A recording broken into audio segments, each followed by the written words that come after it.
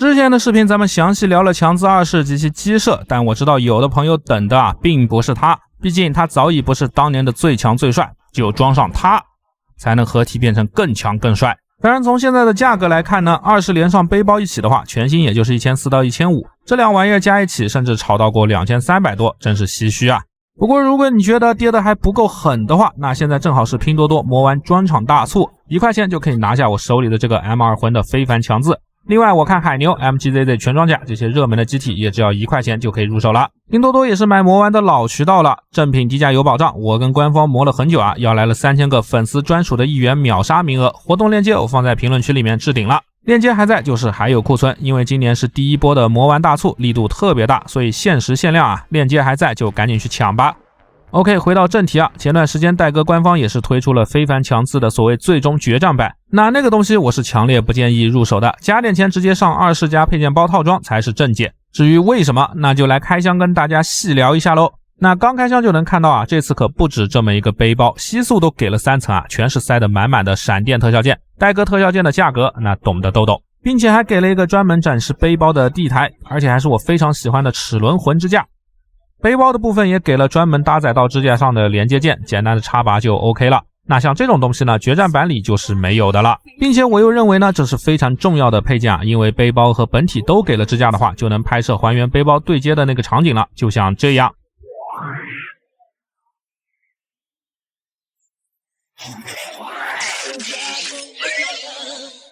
来看到合体后的非凡强字的本体，这里就要讲到一个冷知识了，那就是这个背包呢，也就是荣耀捍卫者，是由吉拉和原本拉克斯的御用技术员艾伯特、海因莱因共同开发的。最初的设计目的就是装备在飞升自由上使用的，这与福田鬼子一开始的剧本吉拉最后换成新机体也能对上。也正因为如此啊，为了弥补飞升自由半电池机的续航压力，背包是内置了能源的，而且还有备用的推进剂和冷却剂，所以强字2世的核熔炉过热宕机以后，装上背包的瞬间，能量和冷却剂都直接回满了。所以这里也是一个冷知识啊 ，C 里的核熔炉基本是等于无限能源，强字2世这里被打掉色了，只是因为动力炉过热了而已。这里放大就能看到啊，是 coolant 空了，动画里还是很细节的。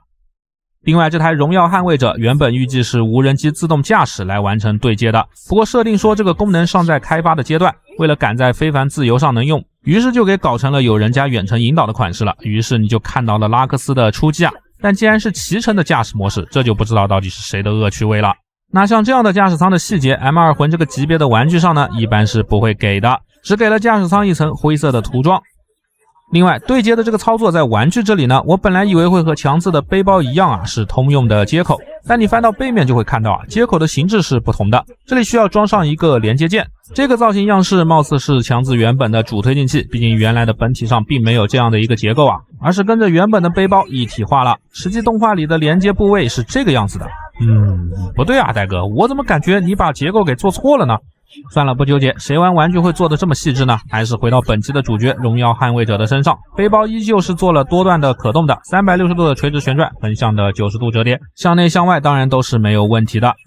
白色的翼片当然也是能抬起的，和龙骑兵的背包一样啊，这个翅膀是做了进一步的展开可动的，同时这个内部的金色翅膀也是能够旋转的，包括了内部的每一片小的叶片结构也有转动的范围。不过要注意啊，最下面的翼片是不能够转动的，两个叶片虽然能够展开，但如果要抬起来的话，整个翅膀就会跟着一起转了，最大会到90度。这里要说到这个让我非常讨厌的结构了，也就是这些金色的翼片基本一碰就会掉下来啊，因为这里的结构就是一个浅的凹槽，翼片末端有凸起给扣进去，这种结构不仅容易掉啊，扣进去还会损伤到漆面，而且完全没有把持的力度，无法定型，把玩的体验堪称糟糕了。并且这里的涂装呢，为什么翼片是电镀的，根部的结构是喷漆啊，难看就不说了，还沾指纹啊，哦，对了，动画里还有一个非常细节的结构啊，这里倒是完美的还原了，也就是每个翼片上都可以进一步的展开，露出内部的粉紫色的内构。这个时候喜欢看我视频的小伙伴就会要问了，阿普这是干什么用的呢？那么我的答案就是不知道，和那几个金色的小翼片是一样的，具体是什么功能我真的不知道。唯一的详细说明就是啊，当背包全部展开的时候，机身的周围就会开始散布纳米粒子，这种开挂粒子不仅能形成屏障啊，把带强磁场偏转的阳电子炮和实弹全部给挡下来，而且还不遵守热力学的定律，里面的人毫发无伤，甚至都是没有感受到武器的余热，可以直接站在这个粒子场内。从动画的表现来看呢，金色的部分就是粒子的散布器了。之前提到的最终决战版把机体弄得千疮百孔呢，就是为了还原这一幕，还带了银色的拉克斯小人。只不过他们少还原了这款背包另外一个非常关键的能力，也就是这堆密密麻麻的闪电特效键了。2层吸塑还不够装啊，背包旁边还给了2根。特效的搭载也是比较麻烦的，大闪电的末端啊需要再接2根小的闪电，而且这是很细的透明件啊，所以就很容易会断。安装的时候一定要非常的小心，然后再把整根装到这个透明的碗口连接件上。和2世的龙骑兵的特效键一样啊，不一样的是这一次的连接件搭载特效的部分和支架的部分是可以拆开的，所以你安装好了特效以后，可以像这样重新再插回支架上，而且根部有延长的连接轴，但是角度是固定的，还是跟背包有点干涉啊。OK 呢，这个就是全部搭载上的效果了，各位看官觉得如何呢？这下真是贵霸级别的体积了。这个效果是什么呢？就是刚刚提到的纳米粒子了。不但可以防御，同时和龙骑兵的系统一样，能感受到脑波，然后根据脑波操作飞到敌机身上附着，并和本体建立粒子流的通路，接着借由本体能量的输出，就能通过通路向敌机输送高压电，让范围内的武器系统全部瘫痪。所以最终特效出来就是这种孔雀开屏一样的放电状态。其实说实话，除了脑波控制粒子移动这种违反能量定律的设定，并且还能和飞兹的多重火控锁定系统联动这一点比较的扯淡以外，个人觉得设定并没有很离谱啊。不管是向后比倒 A 还是向前比独角兽，但是动画中的这个表现力呢，让我觉得自己在看超级系啊，不知道该怎么形容了。当然了，帅是很帅的，在不需要 P 图的情况下呢，家里柜子里面摆一个这个，我觉得还是很震撼的。这也是我觉得比单独买非凡强自决战版要值得多的原因。好的，那么背包的设定也就看完了，而这个背包上呢，还有一把武器，一把令我百思不得其解啊，和自由非常不搭嘎的实体剑武士刀不读御魂。玩具这里给的涂装也是非常敷衍啊，刀身的金属银漆暗的跟灰色都没有区别了，刀把也是诚信的红色，非常的丑。这把剑平时呢就像这样收纳在背包上，甚至连个刀鞘都没有啊。本来好好的大翅膀背包被这把刀弄得非常的不协调，不知道是不是福田鬼子右翼入脑想出来的主意啊。表面上看好像是为了击穿 FT 装甲抗光束的能力特地准备的对侧武器，还可以联动一下红翼端，但是实际上 FT 装甲的设定是不防所有的近战兵器，包括光束剑，所以明明有像斩剑刀一样的更好的选择，最后却变成了外传风格，丝之令人发笑。当然设定里也没有明确的说这把刀是什么王者异端同款的稀有合金，也没有说是罗球尔的回收屋造的，只说了非常锋利，能随意劈开装甲，具体是怎么做到的呢？等之后的设定来源吧。